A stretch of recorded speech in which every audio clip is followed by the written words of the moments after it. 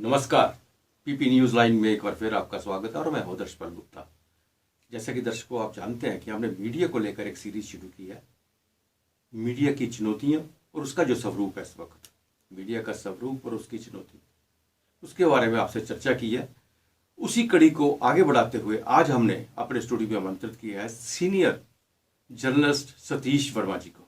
सतीश जी, आपका स्टूडियो में बहुत बहुत स्वागत है। शुक्रिया। सतीश जी, आपने एक बहुत बड़ी जर्नी जो है मीडिया की हुई है, बहुत लंबी यात्रा है आपकी।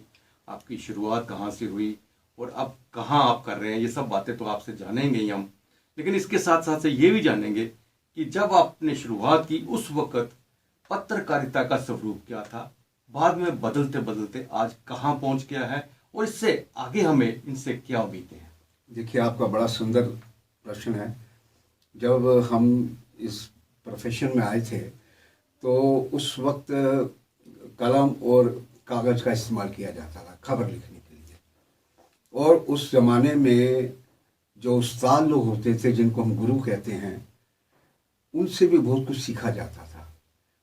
खबर की इंट्रो कैसे बनती है, इन्वेस्टिगेशन कैसे होती है, और अगर मान लीजिए कोई एजेंसी है यानी पुलिस है, ये शख्स को कहती है कि वो बदमाश है, तो हम अपनी तरफ से ऐसा ना साबित करें कि हमने भी उसको बदमाश बना दिया।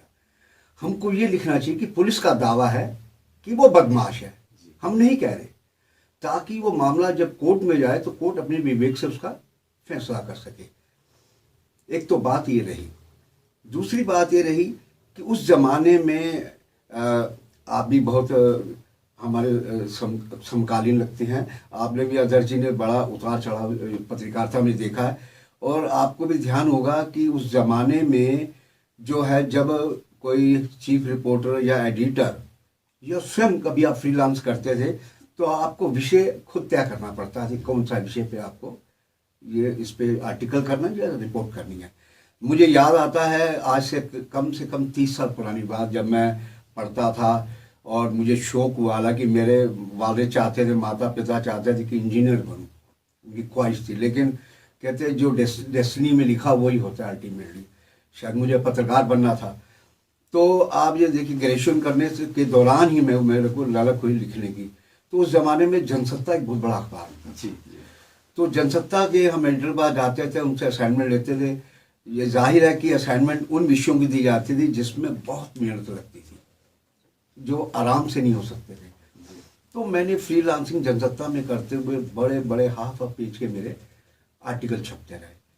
उसी दौरान क्या हुआ कि मुझे किसी मेरे मित्र, पत्रकार मित्र ने कहा कि मित्र प्रकाशन की पत्रिका माया पॉलिटिकल मैगजीन, उन जमाने में बड़ी मशहूर, इंडिया टुडे बाद में आया, तो उनकी मनोहर कहानियाँ, सत्य कथा, ये सिस्टर कंसर्न थी। तो मैं जाकर वहाँ उनके संपादक थे बाबूलाल शर्मा, उनसे मिला। मैंने अपने 2 क्लिपिंग दिखाई जनसत्ता की। तो कभी मेरी तरफ देख कहते, यार अभी बच्चों इतना बढ़िया तुम लिखते हो। मैंने कहा, सर बहुत शुक्रिया आपका, आपके कॉम्प्लीमेंट का, तो आपने अच्छी बात की है। तो अच्छा, माया में लिखना चाहते हो? मैं कहा अगर असाइनमेंट देंगे। तो उन्होंने मुझे मजनू का टीला की असाइनमेंट दी। वो असाइनमेंट आदर्शी ऐसी थी कि मैं उसकी हिस्ट्री निकालने के लिए दिल्ली सिख गुरुद्वारा प्रबंधक कमेटी के दफ्तरों में गया और न जाने कहाँ कहाँ गया, किसी को उसकी हिस्ट्री के बारे में, जबकि इतना फेमस जगह है मजनू का टीला। लेकिन इन्वेस्टिगेशन करते करते कई दिन बीत गए, तो मुझे एक आदमी मिल गया आखिरकार। उसने बताया कि यहाँ वो मजनू नहीं था, ये मजनू और था जो प्रभु से लो लगा के बैठ गया था। तो ये उसके नाम से ये टीला का, चूंकि गुरु नानक देव साहब भी उस गुरुद्वारा, नानक साथ गुरुद्वारा वो गुरुद्वारा नानक देव था, तो वहाँ गुरु नानक देव साहब भी आए थे। इस तरह बहुत सी ऐसी स्टोरियाँ मैंने करी। दिल्ली के हनुमान मंदिर कनॉट प्लेस में है, कब बना, किसने बनाया।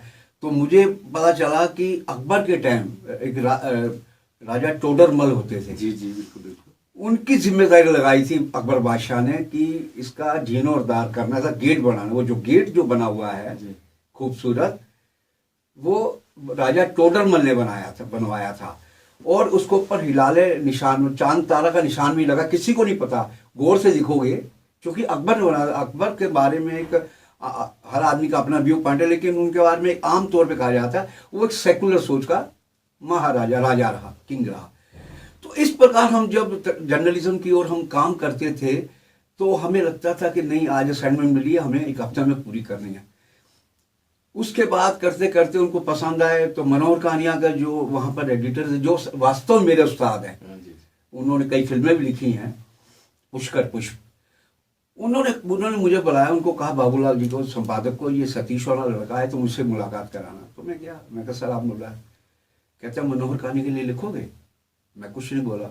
उनका अगला जवाब था कि इस मैगजीन में आने के लिए मंत्रियों की सिफारिश जाती है।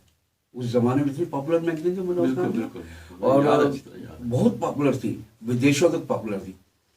तो मैंने जब उन्होंने कहा तो मैंने कहा सर अगर आप कहेंगे मैं जरूर लिखूंगा। तो उन्होंने मुझे धौलपुर राजस्थान की एक स्टोरी दी, दिल्ली की नहीं, बाहर की स्टोरी। मैं वो स्टोरी करके आया तो बड़े हैरान हो गए, कहते वो तो ऐसे बड़ा दबंग टाइप था, आप उसके फोटो भी लिया। तो उन्होंने कहा कि इसमें तपिश है काम करने की। तो इस तरह चलता रहा फिर उन्होंने मनोहर कानिया में स्टाफर रख लिया। तो मनोहर कानिया में मैंने कई ऐसा काम किया। उसके बाद एक स्टोरी बहुत मैं जिक्र करना चाहूँगा आदर्श जी आपकी जानकारी में, कि उस जमाने में बांग्लादेशी लड़कियों की तस्करी होती थी दिल्ली से ज़बरदस्त। कुछ बस्तियाँ थी दिल्ली में, सीमापुरी इलाका दिल्ली का, शाहदरा गाजियाबाद का बॉर्डर। तो मुझे असाइनमेंट दी गई तो मैंने उससे कहा, अपने उस्ताद से पुष्कर से, मैंने कहा मैं किसी को साथ नहीं रखूँगा अपने, क्योंकि इसमें मेरी जान भी जा सकती है। बांग्लादेशी क्रिमिनल होते हैं जो गैंग चला। एनी हाउ, तो मैंने 3 महीने तरह तरह का रूप धारण करके वो स्टोरी की, डाकिया सेट किया, पाकिस्तान की चिट्ठियाँ आती थी, चिट्ठियाँ देखनी, डाकिया पहले माना नहीं, फिर मैंने उसको प्रलोभन दे के सेट किया, चिट्ठी वहीं डिलीवर होती थी, मैं पढ़ लेता था। जब वो स्टोरी छपी, आप आदर्श ये हैरान होंगे, 64,000 कापी उसका एक अंक में छपती थी, दिल्ली के लिए अकेले। H.K. भगत उन दिनों में दिल्ली के बोले जाते थे मुगल आजम, कांग्रेस के बहुत कद्दावर नेता थे, इंदिरा जी के बड़े करीब। बिल्कुल। जब वो मैगजीन जिस दिन आई उस टाइम लीक होगी खबर, उन्होंने मेरे खिलाफ पहला तो 1 करोड़ का उस जमाने में जी मान हानि का दावा किया, क्योंकि उसके बेटे की फोटो मैंने छापी थी गैंग के साथ, दीपक भगत की, जी कि वो उनको पनाह देता है। मेरे पास सबूत थे। जब मैंने जवाब दे दिया, मेरे मैनेजमेंट ने मेरे से पूछा, मैनेजमेंट ने, मैंने कहा ये है, उनको तसल्ली, उन्होंने फिर मेरे खिलाफ मेरे दफ्तर के बाहर 35-40 बांग्लादेशियों की बसें भरकर आई, नारे लगाए, बड़े गंदे नारे लगाए। तो SHO मेरे वाकफ थे कनॉट प्लेस के, तो वो कहने लगे यार क्या बवाली स्टोरी आपने की है यार, ये तो पूरा, एक तो ट्रैफिक जाम हो गया पूरे सर्कल का, कनॉट प्लेस का, 64-65 बसें आई हैं, और फिर रूलिंग पार्टी के खिलाफ तुम स्टोरी लिख रहे हो, भगत के लड़के के खिलाफ, वो पागल आदमी है। तो मैं सुनता रहा, तो कहता ठीक है अब तो आज तो मैं तुम्हें ये मसले से निकालूंगा। बट ऐसा सब कुछ हुआ, लेकिन उसी स्टोरी में मुझे बाद में फिर बलराम जाखड़ जो स्पीकर थे, जी जी, उनके कहने पर डॉक्टर शंकर दयाल शर्मा ने मुझे नेशनल अवार्ड दिया था जी जी। उस स्टोरी। तो कहने का मतलब ये कि, कहने का भाव ये कि उस टाइम जो जर्नलिज्म था एक पैशन और कमिटमेंट के साथ था। आज आपको जो बदलाव की बात कर रहे हैं, अब तो आप जानते हैं हमारे प्रधानमंत्री चाहते हैं कि डिजिटल प्रोग्रामिंग ज़्यादा चले, लेन देन हो, तमाम चीज़ों, और वो प्रमोट भी बहुत बेहतर ढंग से कर रहे हैं। वो शायद उसी का नतीजा है कि अब डिजिटल मीडिया की ओर हम तेजी से बढ़ रहे हैं। जो सवाल वो तो बात है, लेकिन सबसे बड़ी बात है कि प्रिंट मीडिया का आज भी अपना एक जगह है, मुकाम है ये। और आप लोगों ने जब स्टोरी की बात करते हो तो कितनी इन्वेस्टिगेटिंग स्टोरी होती थी, आपने क्राइम के ऊपर बहुत स्टोरीज की हैं। जी बिल्कुल। तो कितनी मतलब मेरा सिर्फ ये मतलब है कि कहने का है कि उस वक्त आपने स्टोरी करने के लिए बहुत कुछ को आपको करना पड़ता था, पूरी स्टोरी को इन्वेस्टिगेट करना पड़ता, स्टोरी के तह तक जाना पड़ता था, उसके बारे में जानकारी लेने के बाद आप उसको पब्लिश करते थे। आज जब आदमी है, आज कहते हैं कि 1 मिनट में ही मैं सब कुछ कर दूं, चाहे वो बाद में उसको गलती सुधारने में लगे सारी वो टाइम निकल जाए, लेकिन वो जो इन्वेस्टिगेटेड जर्नलिज्म है वो खत्म हो रहा है। बिल्कुल आप ठीक कह रहे हैं। देखिए जिस तरह एक किसान अपनी फसल को बोता है, बिजाई करता है, सुबह उठ के पहले खाद देगा, फिर पानी रेगुलर देगा, उसके लिए मौसम कोई मायने नहीं रखता, बरसात हो, आंधी हो, कड़ाके की ठंड हो। तो शुरू का जो जर्नलिज्म था ना, जिस ओर आप इशारा कर रहे हैं, वो जन्म में ऐसा था कि कमिटमेंट और पैशन और ईमानदारी, ईमानदारी ये नहीं कि करप्शन की बात कर रहे हैं, ईमानदारी है कि आप मेरे एडिटर, आपने मुझे स्टोरी दी तो मैं कहूँ यार मेरे संपादक ने स्टोरी दी है तो मुझे स्टोरी ऐसी बनानी चाहिए कि मेरे कॉन्शियस भी कहे कि हाँ हमने मेहनत ईमानदारी करके स्टोरी खड़ी की है। तो ये वही सेम बात थी जब स्टोरी मैंने करके दी बांग्लादेशी, तो मेरा एक बार संपादक कहते हैं ये तो स्टोरी छप नहीं सकती, ये तो एक मायने में कांग्रेस के खिलाफ स्टोरी है, भगत अगर लड़का है तो भगत है, भगत के तो इंदिरा गांधी भी है। तो मैंने कहा आप देख लीजिए इस स्टोरी, लेकिन उन्होंने मेरी स्टोरी को, चूंकि वो भी प्रोफेशनल ग्रुप था, मित्र मेरा उस्ताद भी प्रोफेशनल में, छपेगी स्टोरी, थ्रेट आई, सब कुछ आया, नोटिस भी आया, लेकिन हमने उसको मुकाबला किया। आप जिस तरह की बात कर रहे हैं कि वो एक दौर था सीखने का, हम अपने उस्तादों से सीखते थे। अब मैं एक छोटी सी बात बता रहा हूँ, भाषा देखिए क्या कमाल की बात, भाषा कहते हैं शब्द बोलिए आपको फीलिंग हो। हाँ। अब आमतौर मैगजीनों में पति पत्नी के रिश्तों को बड़े अजीब से दिया जाता है, संभोग टाइप। हम क्या लिखते थे, दोनों एक दूसरे में पूरी तरह खो चुके थे। मतलब कहने का आप एहसास कराएं, उसमें नग्नता ना हो, फुहड़पना ना हो, वो लगे कि आप एक सभ्य समाज के अंदर अपनी बात कह रहे हैं। यही वजह है कि जब हम स्टोरी छपती थी, आदर जी आप सुन के बेहद प्रसन्न होंगे, हैरान भी होंगे कि मनोहर कहानी के पूरी दुनिया पाठक थे, हिंदी भाषी जो थे लंदन या अमेरिका। जब स्टोरी छपती थी मेरी इन्वेस्टिगेटिव, तो हमारे यहाँ पूछा जाता था कि यार सतीश वर्मा का फोटो परिचय तो छापो, कौन है ये इतनी बढ़िया।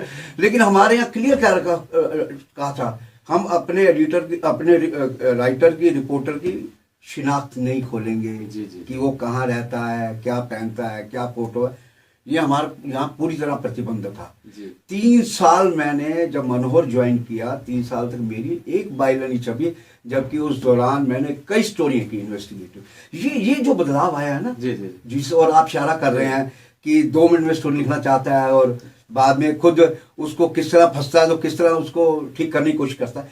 तो ये बहुत बड़ा एक चेंज आया हमारे प्रोफेशन में। जी सीसी, जैसे आपने डिजिटल की बात की जी, तो मैं आपने तो दोनों फील्ड में बहुत काम किया है, आपने प्रिंट और इलेक्ट्रॉनिक मीडिया में, और खासकर मैं जम्मू में आपकी बात करूंगा कि जम्मू में जब इलेक्ट्रॉनिक में आपने सहारा को यहाँ पे ज्वाइन किया, और उस वक्त भी आपने बहुत सी स्टोरी की, कुछ तो मैं गिन के भी आपको बता सकता हूँ कि एक पाकिस्तान रामगढ़ से पाकिस्तान का लड़का इस तरफ आ गया था गलती से, हाँ उसको आपने उनके घर तक रेस्क्यू करवाया, मैं वो भी आपसे जानना चाहूंगा। और एक स्टोरी आपने की थी कि वो अखनूर के पास ही कुछ जगह का, वहां का सेठ, उसके पास इतना पैसा था कि महाराजा की सेना को एक दिन का खाना खिला सकता। मतलब ये बहुत सी नई चीजें थी, इन्वेस्टिगेटिंग स्टोरी। तो मैं इसके बारे में थोड़ा सा आपसे जानना चाहूँ। देखिए टीवी, देखिए आपने जो शुरू में बात की ना, कि प्रिंट अमर है, प्रिंट को कोई नहीं मार सकता, चाहे जितनी मर्जी रेवोल्यूशन आ जाए हमारे मीडिया में, क्रांति संचार की, लेकिन प्रिंट क्या है, एक अखबार 5 रुपए का है आज की डेट में, वो एक रिक्शा वाला भी खरीद लेगा, कोई भी खरीद सकता है। लेकिन जरूरी नहीं कि हर रिक्शा वाले के पास बढ़िया मोबाइल हो, नेटवर्क हो। और ऐसे दौर में, जबकि खासतौर से जम्मू कश्मीर की हम बात करें, जहां पिछले एक लंबे अरसे से, जम्मू को ही ले लो, कश्मीर में तो चलो एक आपके पास कहना है कि भाई वहाँ मिलिटेंसी है, माकूल हालात नहीं है, जम्मू के लोगों का क्या गुनाह है, यहाँ क्यों इतने लंबे अरसे से बंद है। डिजिटल क्रांति रेवोल्यूशन की अगर बात करते हो तो आपको उस तरह के रिसोर्स भी जुटाने पड़ेंगे सरकार को, ये तो एक बात। दूसरी बात यह है, आपने जिन स्टोरी का जिक्र किया आमिर अली की, मुझे याद है कि आमिर अली लाहौर में पढ़ता था, मूलतः मुल्तान का था, पाकिस्तान था, उसका जिक्र मैंने अभी पाकिस्तान यात्रा के दौरान भी किया था। तो तब वो गलती से पोरस बॉर्डर था, क्रॉस करके आ गया, BSF ने पकड़ लिया, रामगढ़ सेक्टर में पकड़ लिया। तो बलराजपुरी साहब थे, आप जानते हैं इसी तरह। तो एक दिन बलराजपुरी साहब ने बल्लापुरी से कहा बेटे से कि यार सतीश को बुलाओ जरा। मैं गया, मैं पता नहीं क्या बात है, तो बैठो बेटा बैठो, गए करना उससे बातचीत हुई। कहता है आसमा जहांगीर है, पाकिस्तान की ह्यूमन राइट एक्टिविस्ट, उसने चिट्ठी लिखी है कि एक लड़का मुल्तान का गलती से इधर आ गया था, उसका कोई वेयर अबाउट नहीं पिछले 5 साल से। तो बेटा पुंदा काम में इंसानियत है, तो मैंने भरोसा कि तू मैनू लभ के लियाएगा। जी जी।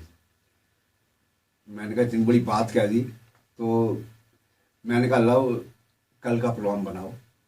कोई वाहन नहीं था, हम दोपहिया पर रामगढ़ गए, जून का महीना था, गर्मी ज़बरदस्त, 2 व्हीलर पे गए और सीधा मैं थाने गया, पहले रामगढ़ थाने। तो मैंने नज़र मारी एसएचओ साहब कमरे में, तो मैं उनको नहीं पहचान पाया। वो एसएचओ वर्मा साहब लंगे आओ, लंगे आओ। कहते महाराज तुस मैं नहीं जानते, लेकिन मैं तुम जानना।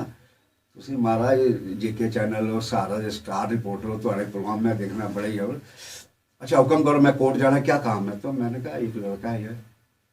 तो उसने मुंशी बुलाया, कहना लड़का तो हमने पीछे उसको रोक रखा है। मैं कहा रोक रखा है? कहीं दूसरा लड़का तो नहीं? कहता नहीं, वही आमिर अली जिसकी आप जिक्र कर रहे हैं, 6 फुट लंबा लड़का। कहता है लेकिन वो बात करने की स्थिति नहीं है, बात ही नहीं करता, गूंगा हो गया बिल्कुल। हम गए उसके पास, मैं और लव, तो कुछ बोले ही ना। 1 घंटा लगा दिया हमने, तरह तरह के सवाल करें, कोई जवाब ना दे। फिर बाहर निकला, फिर लव से मैंने कहा लव कागज़ और पेंसिल ले, सवाल लिखेंगे, अंग्रेजी में पढ़ा लिखा लड़का है, ये इससे कहेंगे सर तू यस और नो लिख। उसको ये लगा कि हम चूंकि स्पेक्स डाली थी मैंने लव ने, कि ये फिर एजेंसी के आगे जी जी ये मुझे फिर टॉर्चर करेंगे, तो इसलिए वो बोलने को तैयार नहीं हुआ। तो फिर हमने उसको बताया, कार्ड वार्ड दिखाए, तो सवाल लिखे, जवाब दिया। जब उसने 3-4 क्वेश्चन के जवाब दे दिए, तो मैंने कहा बैठो। फिर बाहर गए, तो मैंने कहा इसको चाय पाइए। तो हमारी इतनी देर में क्या, वो नया नया मोबाइल चला था, आपको याद होगा ये वाला BSNL का। तब BSNL का दावा था कि 10 किलोमीटर दायरे में ये बंद हो जाएगा। हम बिल्कुल थाना रामगढ़ जो है बॉर्डर के बेहद करीब है। तो मेरे फ़ोन पर एक नंबर चला, तो मुझे लगा ये इंटरनेशनल नंबर है। चला, कट गया। इतनी देर में बलराजपुरी साहब का फ़ोन आया, सतीश बेटा ये पाकिस्तान को नंबर आना है तुम्हारे को। फिर मैं कहा ओहो। फिर दूसरी बार कॉल आई, तो मैंने उठाई, मैं कहा बोलिए। उन्होंने कहा वर्मा साहब आपको आमिर मिला। मैं इससे पहले जवाब दूं हाँ या ना, तो फ़ोन कट गया। इस तरह 5-6 बार फ़ोन कटा। तो मुंशी को मैंने कहा यार ये मसला है, तेरे को SHO ने भी कहा है और पाकिस्तान से फ़ोन आ रहा है, कॉल आनी तो उन्हें कॉल तो करनी नहीं है, मेरी जिम्मेदारी है। तो नंबर दे दो, अगर तू इजाज़त दे तो थाने का नंबर बता। उसने कहा दे दो सर। बात हुई फ़ोन पे, तो फिर उसको बुलाया। तो जो लड़का 4 साल से नहीं बोल रहा था, अपनी माँ की आवाज़ सुन के, हाँ हाँ, मैं उसकी बॉडी में नोट करता रहा। उसके बाद फिर स्टोरी छापी हमने, हमारे यहाँ उर्दू में भी छपी, आलमी सहारा में हिंदी में भी छपी, और उसने लव ने हिंदू में छापी जी। आप हैरान होंगे आदर्श जी, उस स्टोरी पर लंदन की एक बहुत बड़ी ह्यूमन राइट ऑर्गेनाइजेशन ने लवपुरी को सम्मानित किया उस स्टोरी पे। जी जी इसी प्रकार वो स्टोरी जो अखनूर की, उसको भी हमने इसी तरह इन्वेस्टिगेट किया था। कहने का मतलब यह है कि आप और हम उस दौर से निकले हैं जब इन्वेस्टिगेशन को, कमिटमेंट को, पैशन को, ईमानदारी को, पेशे के प्रति तवज्जो दी जाती थी, अहमियत दी जाती थी। अहमियत अभी भी है, लेकिन अब तो कहते हैं ना, जब एक आदमी के पास सुविधाएं हो जाएं तो थोड़ा आदमी लेजी हो जाता है, आलसी हो जाता है। वो बिल्कुल सही बात है। जैसा कि आपने कहा कि हमारे एडिटर्स कहते थे कि आपका कोई इंट्रोडक्शन, कोई आपके बारे में वेयर अबाउट नहीं बताए जाते। आज तो हर आदमी चाहता है कि मैं कैमरे के सामने आऊं, फटक से। बिल्कुल, सबसे पहले मेरी फोटो आ जाए, सबसे पहले मैं अपने आप को दिखाऊं, उसके बाद मैं सारा काम करूं। बिल्कुल, ये भी बात आपने बहुत अच्छी कही कि अब डिजिटलाइजेशन का जमाना है, तो लेकिन 4G की, जैसे आपने जिस तरफ आपने इशारा किया, बिना 4G के एक 2G पे हम क्या देख सकते हैं। आज मैं पढ़ रहा था, गवर्नमेंट की मीडिया पॉलिसी है, वो भी इनकरेज कर रही है सोशल मीडिया को, और इसका पोर्टल वगैरह को इनकरेज कर रही है। लेकिन सबसे बड़ी बात ये है, जिसे मैं बार बार दोहरा रहा हूँ, कि रातों रात जर्नलिस्ट जो बन रहे हैं, बिल्कुल क्या फ्यूचर होगा हमारा। देखिए, मैं आपके सवाल का जवाब देता हूँ। मैं उन दिनों दिल्ली में था, पालिका बाजार पे मैं स्टोरी कर रहा था जी। तो जब मैं लाइव कर रहा था, तो 5-7 यंग लड़के मेरे करीब आ गए, लाइव खत्म होते हैं। कहते सर आप बहुत बढ़िया बोल रहे हैं, हिंदी के बारे में बात करें। मैंने कहा आपका परिचय? कहते हैं हम मास कॉम से कर रहे हैं जी, बहुत बड़ा इंस्टीट्यूट है दिल्ली का, institute of mass communication, GNU में सबसे बड़ा इंस्टीट्यूट वो है। तो सर कैसा फ्यूचर है? तो मैंने उनको बैठा कर मैंने कहा यार एक बात बताएं, आप इसी में क्यों आए? आपको पता है फ्यूचर है या नहीं इसका? तो खैर मैं कहा मैं डिस्करेज नहीं कर रहा, आप मेहनत करो, जितनी मेहनत करोगे उतनी जगह बना पाओगे आप, ये आप ध्यान रखिए। ये नहीं कि आप इंस्टीट्यूट से वो ले आए। मैंने कहा जितने पुराने पत्रकार हैं, किसी के पास किसी भी इंस्टीट्यूट का डिप्लोमा नहीं मिलेगा। उनके अनुभव है, उनके पास भाषा है, ज्ञान है, तभी तो उनको उस्ताद और गुरु लोग कहते हैं। अब मैं आपको दो किस्सा और बताऊं। एक बार मुझे एक मैगजीन ने असाइनमेंट दी अंडरवर्ल्ड पे स्टोरी करने की जी। अपराध जगत, भूमिगत अपराध जगत में मैं स्टोरी करता करता धरावी गया, जो बॉम्बे का सबसे बड़ा अंडरवर्ल्ड का, जहाँ हाजी मस्तान, दाऊद, सुकुट नारायण बखिया, जिनके नाम नहीं सुने होंगे आज की जनरेशन ने। सुकुट नारायण बखिया भी कोई था अंडरवर्ल्ड का करना। ये वो लोग थे।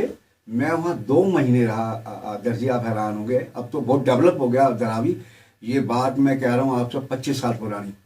मैं खोली में रहा एक मवाली बन के, इन्वेस्टिगेशन का बता रहा हूँ तरीका। मवाली बन के रहा। जब स्टोरी छपी तो वहाँ का पुलिस एजेंसी है वो हैरान होगी, ये कौन आया था यहाँ से स्टोरी करके ले गया।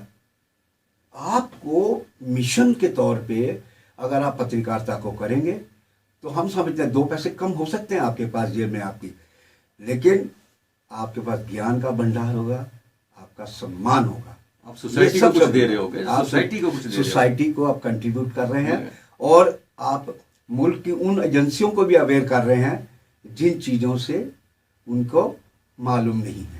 मैं जी ये नहीं कहता कि जो जिस दौर से आप लोग और हम सब गुजरे हैं, उस दौर के जितने भी पत्रकार हैं, अगर हम ये कहें कि वो किसी से कम है, तो मतलब किसी भी सूरत में अगर फाइनेंशियली कहें कि हम कहते हैं कि कैरियर पत्रकारिता का शुरू किया जाए नहीं ना, उसमें भी कम नहीं है, क्योंकि उन्होंने काम किया है। काम जो काम करता है उसकी वैल्यू है। अब जो यहाँ पे जो नया दौर आ रहा है, चिंता हमें उसकी है। उसकी चिंता के लिए तो मैंने ये प्रोग्राम शुरू किया है कि हम नहीं चाहते, किसी को डिमोरलाइज नहीं कर रहे कि तुम इस फील्ड में मत आओ, लेकिन कम से कम अपने किसी सीनियर से किसी से कुछ बात करो। कितने नाम ले सकते हैं हम जम्मू जर्नलिस्ट, बिल्कुल कितने नाम ले सकते हैं। आप पाकिस्तान गए थे, मैंने वो परसों भी उदाहरण दिया था। जब पाकिस्तान गए तो सबसे पहले उन्होंने पूछा वेद सिंह नहीं आए। बिल्कुल मेरे जम्मू के पत्रकार ये माइलस्टोन है, माइलस्टोन है। बिल्कुल बिल्कुल बिल्कुल। सराफ साहब, बिल्कुल बड़े नाम हैं, बहुत से नाम है। अभी तो जम्मू से बाहर चले गए हैं, हमारे नेशनल इंटरनेशनल रिपोर्टर बने हुए हैं, बड़े हैं। जम्मू के लड़के कहाँ काम नहीं कर रहे। अनिल आनंद है, आज भी जम्मू से जुड़े हुए हैं, बाहर काम कर रहे हैं। एक लड़की सीमा चोपड़ा है हमारे यही की जम्मू की। बहुत से ऐसे हैं। मैं तो कश्मीर की तो बात ही छोड़ो, कश्मीर से तो बहुत भी निकले हैं। लेकिन यही बात है कि जब तक आप इसको गंभीरता से नहीं लोगे, बिल्कुल कि मैं पत्रकारिता में हूं, ये नहीं है कि मैं एक पत्रकार बन गया हूं और मुझे रोक दिखाना है कि मेरी गाड़ी का कोई चालान ना करे, मैं किसी ऑफिस में जा रहा हूं मुझे कोई रोके ना। इसके लिए अगर पत्रकारिता करनी है तो फिर मैं नहीं समझता उसको पत्रकार कहा जाए। बिल्कुल, मैं आपकी बात से 100% एग्री हूं। देखिए ये जो आपने बात की, ये 2 हिस्सों में इसका जवाब है। एक पहला जवाब यह है कि जब यहाँ पर वेद भसीन और सराफ साहब जैसे लोग, जिनको हम ये कह सकते हैं कि उस्ताद, बिल्कुल ठीक है, लेकिन यहाँ एक चीज़ मैंने 20 साल में नोट की आदर जी, कि जो यहाँ पर उस्ताद कैटेगरी के लोगों को, आने वाली पौध को, जो यहाँ के पत्रकार इंस्टीट्यूशंस हैं, उनकी जो भूमिका होनी चाहिए थी ना, वो मुझे भूमिका उस रूप में नहीं दिखाई जो होनी चाहिए थी। ताकि जो नए बच्चे आ रहे हैं उनको क्या पता, उनको उस्ताद लोग सिखाएंगे ना कि भाई आप इंटरव्यू मान लेने जा रहे हैं, आपको अदब से बात करनी है, आपको भाषा में ख्याल रखना है, आपको ये भी देखना है कि वो आदमी किस रुतबे का है। ये नहीं कि आप जाके चढ़ जाओ कि हम मीडिया के हैं, वो भी चीज़ नहीं होनी चाहिए। तो ये कौन सिखाता, कौन? देखो जो बच्चे घरों से आ रहे, जरूर नहीं कि हर आदमी की बैकग्राउंड को पत्रकार। मेरे घर में कोई पत्रकार नहीं था, लेकिन मुझे उस्ताद लोगों ने सिखाया। मैं आज भी, मेरा जो मेन मुख्य उस्ताद है पुष्कर पुज, जिन्होंने फिल्में लिखी, मैं बार बार कह रहा हूँ, आज भी वो मनोहर खाने के एडिटर हैं, ठीक है ना। मेरी बुक जब रिलीज हुई दिल्ली वर्ल्ड बुक फेयर में पाकिस्तान में, मानेंगे नहीं, मैंने मंच से खड़ा होकर, मैं आज जिस लायक हूँ, ये मेरे सामने मेरे उस्ताद बैठे जी, उनकी आंखों में आंसू आ गए।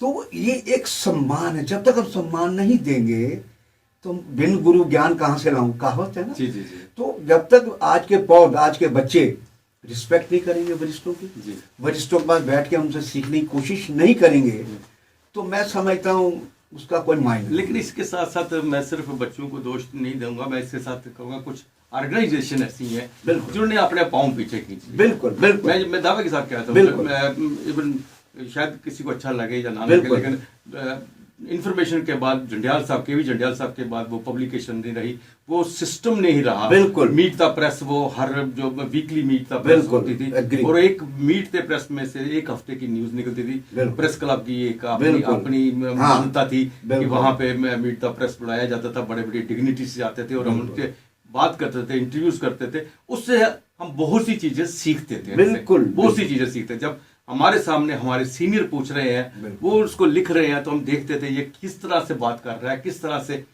लिख रहा है, और क्या चीज जानना चाहता है, और क्या कुछ इसने पूछा और बाद में क्या किया। ये सब चीजें आज के युग में मिल नहीं रही। सी जी, आप हमारे स्टूडियो में आए, इसके लिए मैं आपका बहुत बहुत धन्यवाद बहुत करता हूँ। शुक्रिया। और हम कोशिश करेंगे इस कड़ी को और आगे बढ़ाएंगे।